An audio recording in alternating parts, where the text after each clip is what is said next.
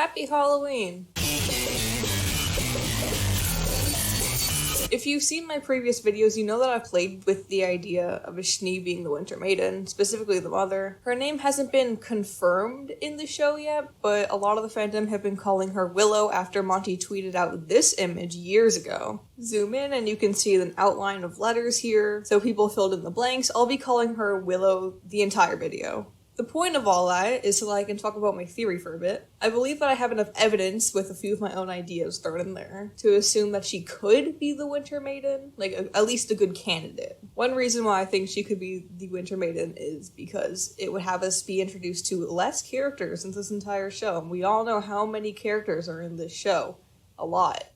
Now that one's out of the way. It's been stated that to become one of the maidens, you need to be a young woman, emphasis on young, so Willow would have had to have been fairly young to get the power. In Volume 5, Raven and Lionheart said that the Spring Maiden before Raven was a child or even a young teenager, so it's possible that Willow had been a maiden since childhood, but I'll talk about why I think that she's closer to being a young adult in a second. Additionally, in the World of Remnant episode about the maidens, the Winter Maiden looks a lot like how the SCHNEE family does, with white hair, blue eyes, and a blue and white aesthetic. It's never actually stated, I don't think, that having children removes the power of the maiden from a woman, so it's possible the Winter Maiden had children and passed the power down to her daughter, who then passed down to her daughter and continued that chain. When the mother with the magic in the family dies and the power is passed on, the last woman in her thoughts is who the power is going to go to, so she must be thinking of her daughter. This is why I think Willow would become the Winter Maiden in her young adult years, or maybe older teenager years, since her mother would have had to die first. Another thing that's passed down through the SCHNEE family is their semblance. Throughout the story of RWBY, we've only ever heard and been shown one family to have a hereditary semblance. It's stated many times that a semblance is unique and special to a specific person, but then there's this one family where it's not. Your semblance being infused with literal magic for generations could be a reason why Glyphs are so OP.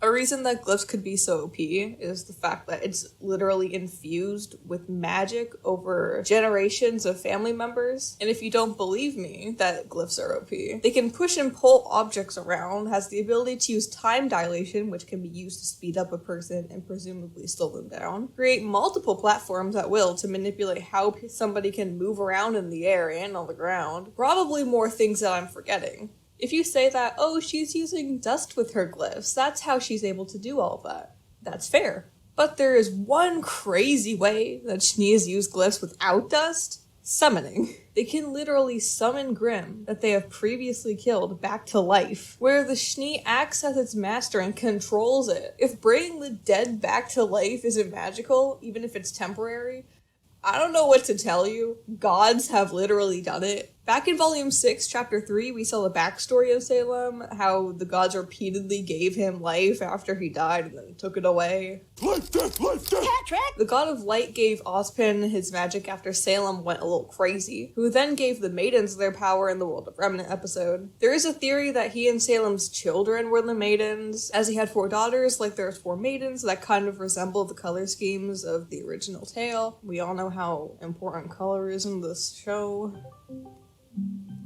God damn it.